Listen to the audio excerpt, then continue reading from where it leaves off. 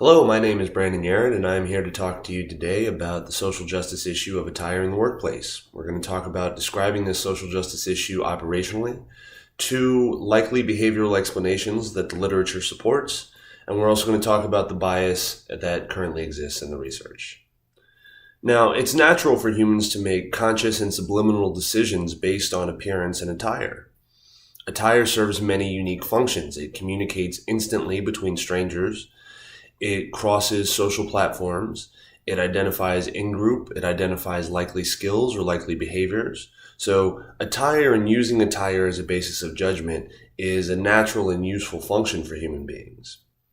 The issue is that there is no level playing field when we're talking about the evaluations of appearance in the workplace. People of color, women, and people of religious affiliation are disproportionately judged in their sense of competency, affability, and other character traits based on their attire or lack of conformity to specific attire standards. This discrepancy, or the disparate scales upon which people are judged in the workplace based on their attire, is the social justice issue of focus. How can we reduce the difference in people's evaluation of one another across demographics? One of the behavioral explanations for this social inequity found in the research is cultural connotation. Different cultures and populations have different interpretations, both of verbal and visual communication.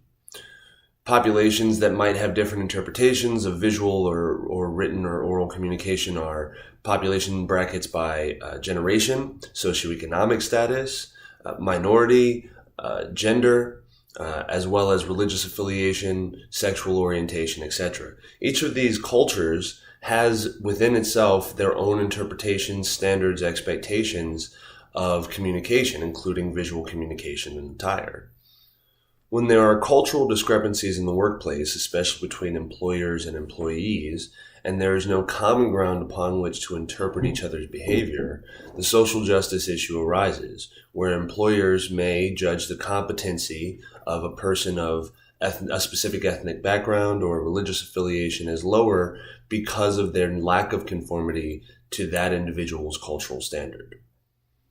Another behavioral explanation for this social injustice is that human beings use heuristic and cultural conditioning to respond to different situations every day. When we find ourselves in situations which are ambiguous, we begin to look to others to mimic or imitate their behavior, or to look to their behavior for rationale or reasoning about how we should behave. On the macro-cultural scale, media and advertising serve this need for vicarious learning and social norming. So our media and advertising serve primary functions in establishing how we should interpret ambiguous situations, like someone else's attire. Research shows that current media and advertising grossly misrepresent the statistics of competency and success among minorities, women, and people of religious affiliation, including character traits and aspects like competency. There is an overrepresentation in the media and advertising of successful and competent white Caucasian European men, and there is a severe underrepresentation of successful women, successful people of color, and successful people of religious affiliation.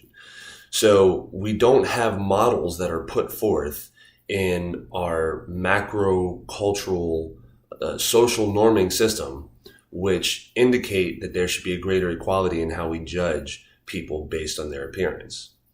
Lastly, I'd like to talk about the bias that exists in the current research. A lot of research on attire bias and appearance labor is done or conducted among similar sample groups. This is a problem that actually plagues the majority of psychology and sociology right now. The easiest populations to sample are young people attending college. And that's because most research in the field of psychology or applied psychology is often conducted in academia. So this population is the most readily available population for study. However, this significantly limits the generalizability of these studies. There are other cultures, other populations, other employers, and other industry subgroups which have not conducted research from their perspective. So the things that we do know about attire bias and appearance labor are coming from a more limited population of interest and sampling. To recap today's video, it is important for human beings to judge one another based on appearance and attire. Social justice issues arise when we do not judge each other on the same standard and scale. There are behavioral explanations that include our cultural advertising and media, as well as the cultural basis for interpretation and connotation of appearance and communication. Lastly, the current research includes bias based on the sample groups which are used for investigation. In order to further investigate attire bias and appearance labor, studies need to be conducted among varied populations. Thank you for your time today.